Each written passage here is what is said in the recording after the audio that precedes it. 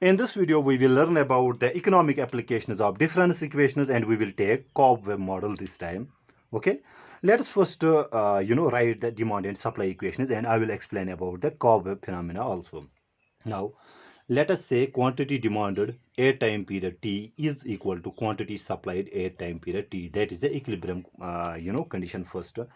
And let's write the quantity demanded, and let's write quantity demanded at time period t is equal to alpha minus beta pt. That means quantity demanded at time period t is a function of price prevailing in this time period t. What about the supply curve? Let us write the quantity supplied at time period t, which will be, let us denote minus gamma as the intercept, plus delta p t minus 1.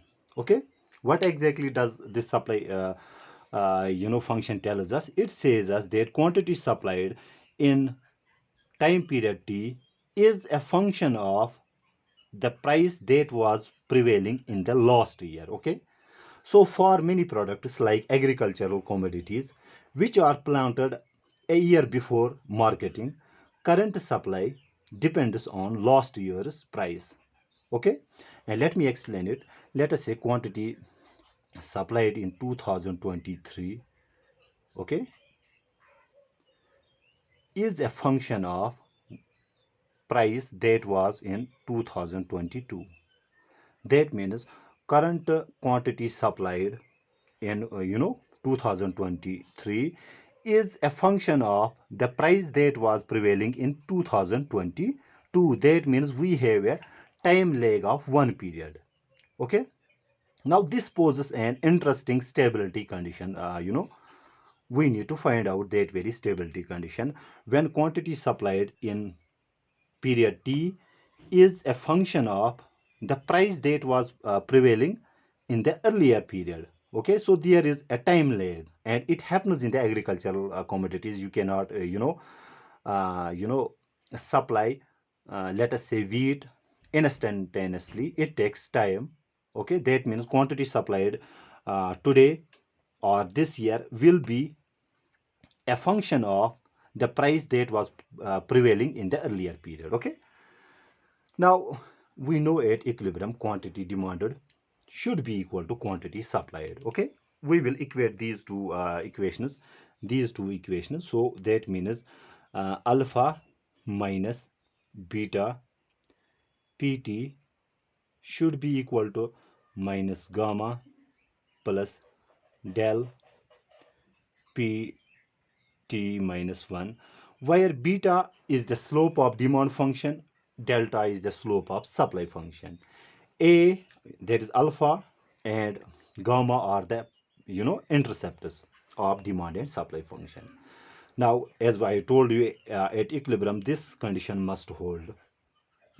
Let us solve it a further bit.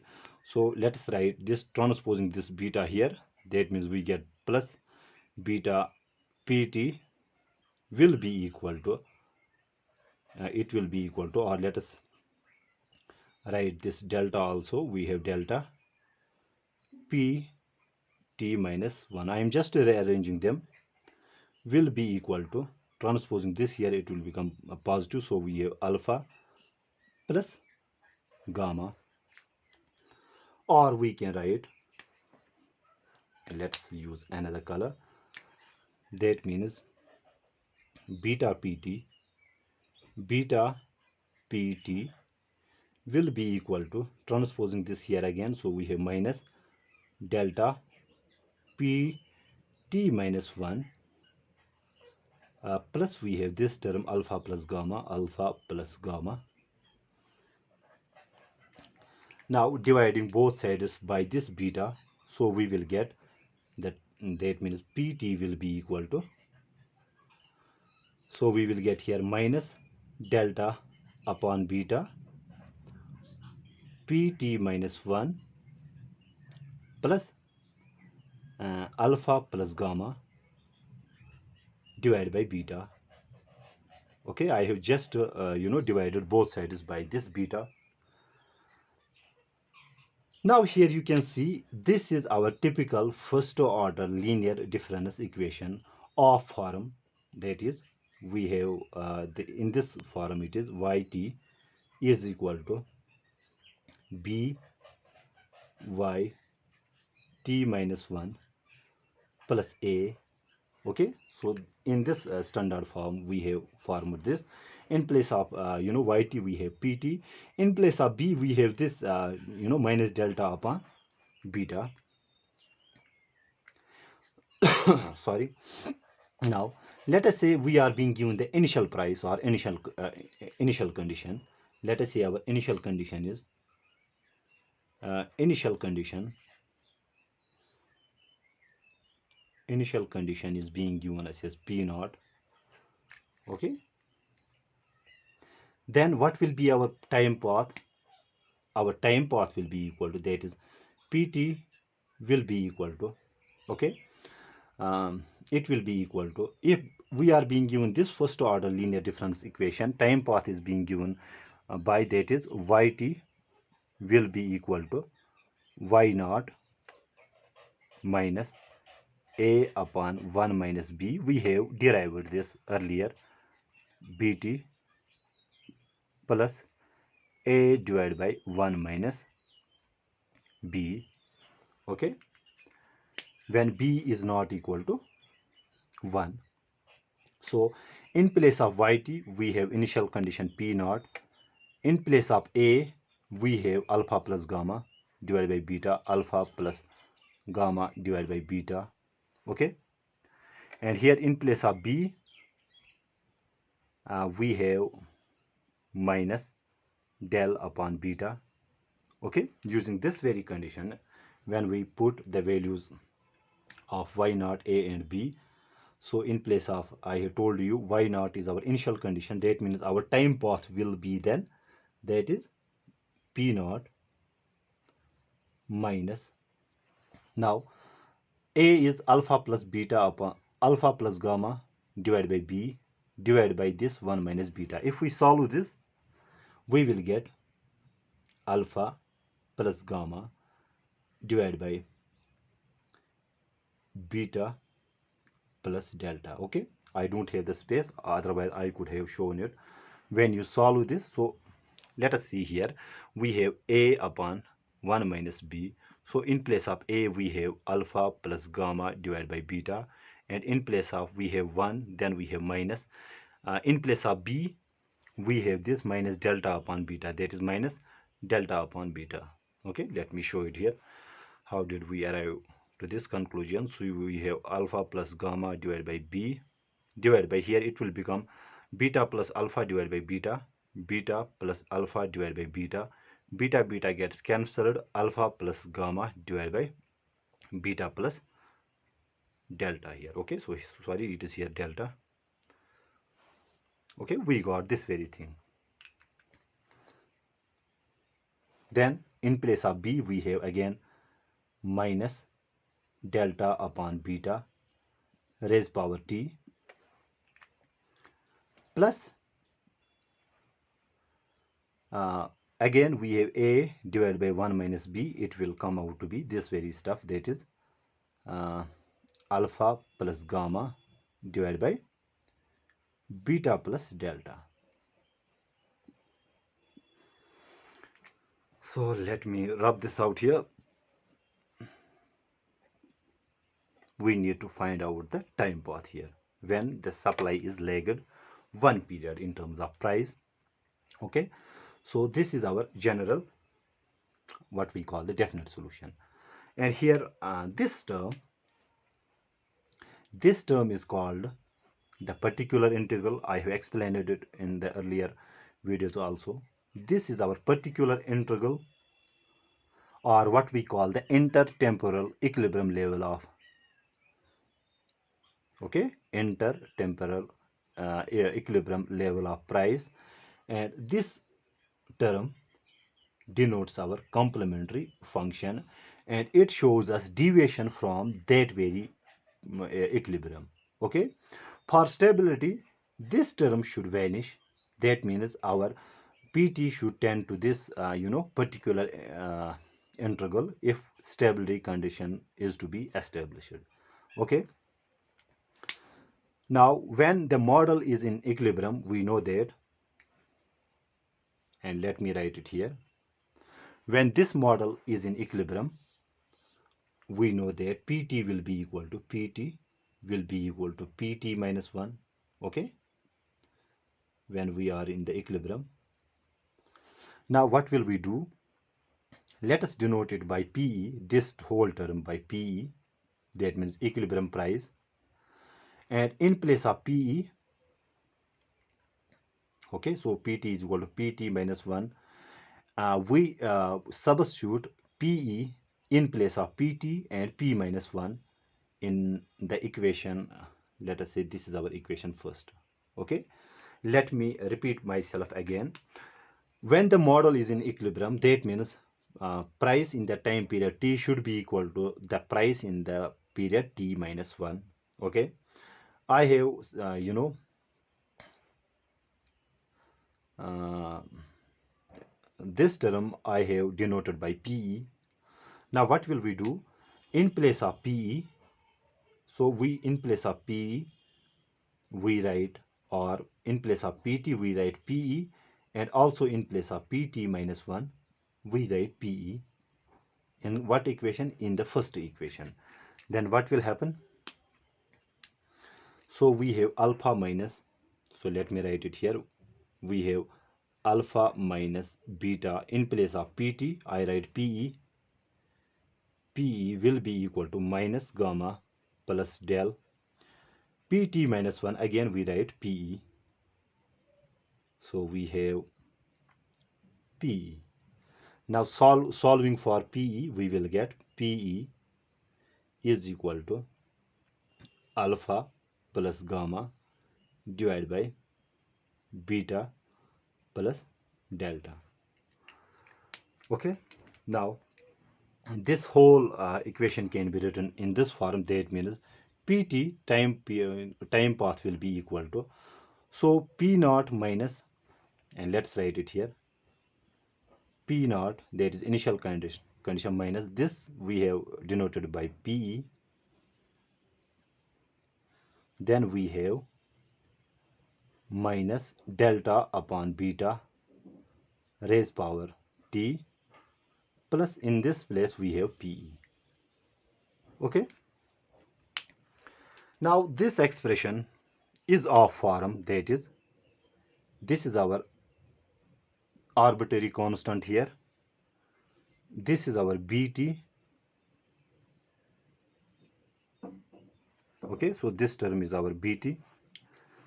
Then what happens given this equation, and we have seen that if we have yt is equal to a bt, okay, we can show whether our time path will be stable or not. This a, okay, the sign of this term p naught minus p depicts whether the time path will commence from the above or below, and the magnitude of this p naught minus pe shows how far above or below will commence our time path. I have explained all this stuff. Now the solution of this will depend upon, and let me write it here, if and let me write it here, if the absolute value of delta is less than the absolute value of beta, okay, which implies our delta upon beta will be less than 1. If this condition holds, then time path converges. And what is delta? Delta is simply the absolute slope of supply curve, and this beta denotes the slope of demand curve in absolute form. When slope of supply curve is less than the slope of demand curve, time path will converge. Okay, and if delta upon beta is less than 1, so we will have convergence of time path. But if again the converse, if uh, delta, the slope of supply curve, is greater than the slope of demand curve, that implies our absolute value of delta upon beta will be greater than 1. In this case, our time path will diverge. Okay, so it shows convergence,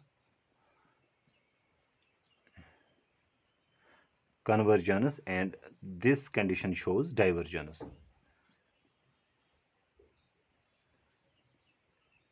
Okay,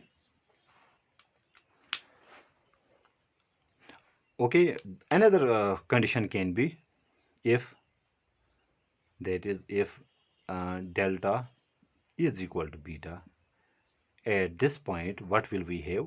Time path will oscillate. Okay, we will have uniform oscillation here, neither convergence nor divergence. So our time path will oscillate. I will explain all this stuff with an graph, and let us draw the graph here first.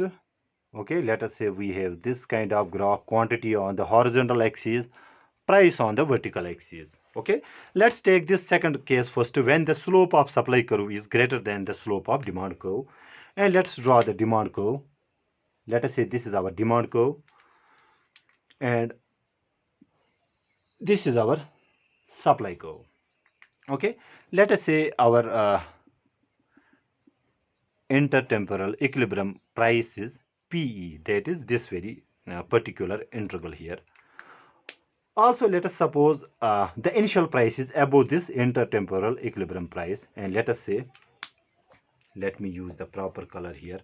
Okay, so let us say initially the price is P naught.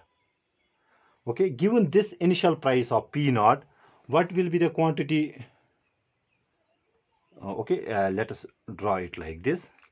I'm not too good to draw the demand curves. So given the initial price of P naught, quantity supplied in next period, that is in period 1, will be equal to Q1. Okay, now you can see here there is time lag between quantity supplied and price. This is the price in the initial period, and this is the quantity supplied in the next period. Okay, now in order to clear the market, quantity demanded should also be equal to Q1, but this is only possible when we set a price level of, let us say, P1. Okay, let me repeat it again here. Given the initial price of P naught, quantity supplied in the period 1 is Q1. Okay, but in period 1, quantity demanded should also be equal to Q1, but it is only possible when we set a price of P1.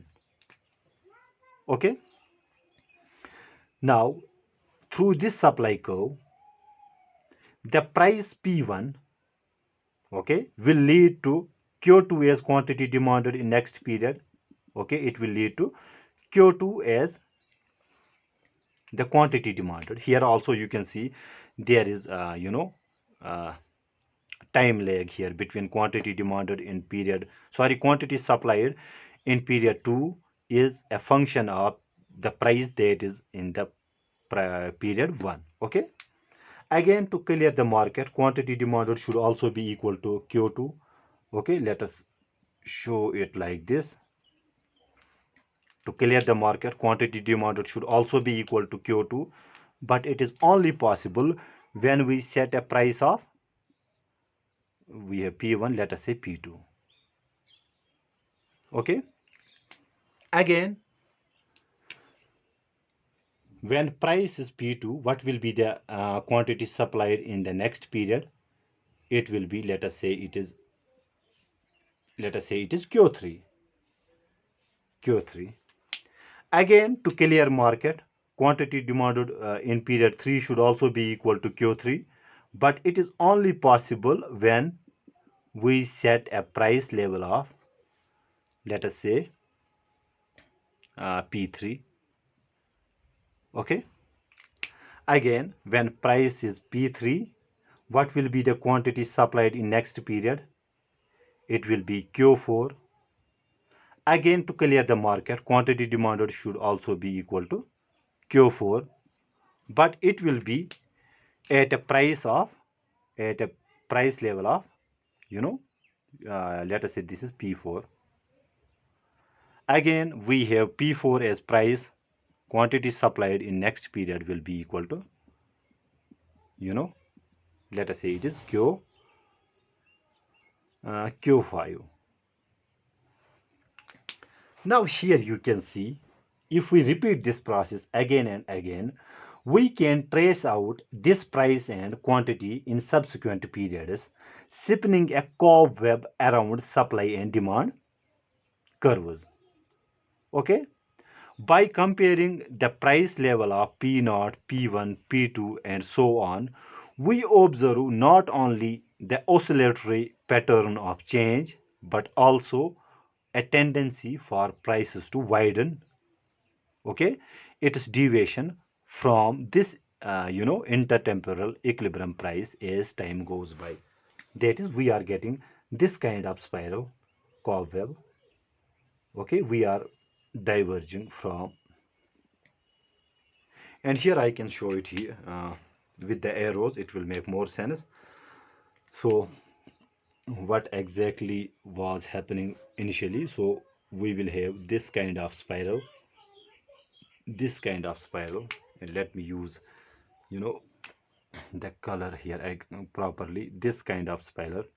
Then we are going like this, then here, then here, then here, then here, then here, and then here.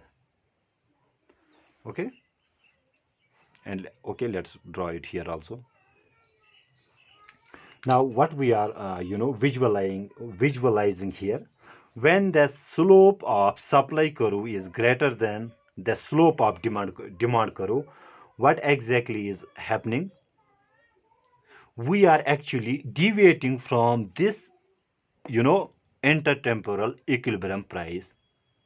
Okay, with cobweb spinning from inside out, time path is divergent as oscillation is explosive. Okay, we are not moving towards this intertemporal equilibrium level of price when this condition is, when slope of demand curve is greater than slope of supply curve. Let us take the first case. Okay, now let's take the first case when the slope of supply curve is less than the slope of demand curve. Okay, we have quantity on this side, price on this side. Let us draw the usual demand and supply curves again. Let us say we have this demand curve, this is our demand curve, and this is our supply curve. Okay, this is our supply curve. Let us say our intertemporal equilibrium price is PE. Okay, and let us suppose the initial price is again above the equilibrium price. Let us say our initial price is P0. Okay, given initial price P0, quantity supplied in next period, that is in period 1, that will be equal to Q1. Okay, given this, okay, let me repeat it again here. Given the initial price of P0, quantity supplied in time period 1 will be Q1. So we have a time lag between quantity supplied and the price. Okay, in order to clear the market again, quantity demanded should also be equal to Q1, but it is only possible when we set a price of, let us say, P1. Okay, given the price of P1, what will be quantity supplied in the next period? It will be equal to Q2. Okay, again, in order to clear market, quantity demanded should also be equal to Q2. I am not able to draw it perfectly here, sorry for this. So again, in order to clear the market, quantity demanded should also be equal to Q2, which will be possible only when we set a price of, we have price of P2. Okay, now given the price as P2, what will be the quantity supplied in the next period? Let us say it is equal to Q3. Okay, again to clear the market, quantity demanded should also be equal to Q3, but it will be only possible when we set a price level of, let us say, P3. Okay, okay, when price is P3, what will be quantity supplied in Q4 in next period? That will be Q4. As we are seeing that there is a time lag between quantity supplied and the price. Okay, so quantity supplied will be also equal to Q4. Now again, in order to clear the market, quantity demanded should also be equal to Q4. Okay, it is only possible when we set a price of P4. Again, given the price of P4, what will be the quantity supplied in the next period? It will be equal to Q5. And this spiral will go on and on. And here we can see we have started from this side, then we gone here, then we moved here. So this spiral is going towards,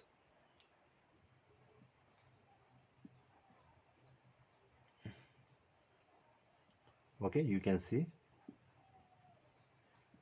in this case this is completely opposite to the earlier cobweb. So this cobweb is going towards the intertemporal equilibrium level of price. Okay, when the slope of supply function is less than slope of demand function. When this is the case, our time path will be convergent. That means this case. Okay, so our time path will have oscillations, but it will converge, and in this case it diverges. And when this condition is, when slope of demand curve is equal to slope of supply curve, what will be our graph look like? Simple thing, let me draw this small graph here, demand, supply. Okay, so we have Q here, P here. If we have the equilibrium, intertemporal equilibrium price of this PE, and we have initial price, let us say P naught, quantity supplied will be equal to Q1. To clear the market, quantity demanded should also be equal to Q1. Let us say it is at a price of P1. In this case, what happens? Again, in order to clear market, quantity, um, I will not be able to explain this very stuff here. I don't have the space here. Or okay, let me rub this out and to draw this third case also here. Okay, when the slope of demand and supply curve are equal, let us say quantity on this side, price on this side, given usual demand and supply functions, and we have equal absolute slope of demand function and supply function. Okay, this is our supply function, this is our demand function. We are taking this case, third case. Let us say this is our equilibrium, intertemporal equilibrium price, and let us assume that our P naught is the initial price which is above the equilibrium price, equilibrium intertemporal price. Given this P naught as initial price, quantity supplied will be equal to Q1. Now, in order to clear market, quantity demanded should also be equal to Q1, let us say, but it will be only possible when we set a price of, let us say, P1. Okay. Now, given P1 as the price, what will be quantity supplied in next period? Let us say it is Q2. Okay. Again, in order to clear the market, quantity demanded should also be equal to Q2, but it is only possible when we set again this initial price. In the next period, again quantity, that is price is P naught, we will move like this. P naught and quantity supplied will be equal to again Q1.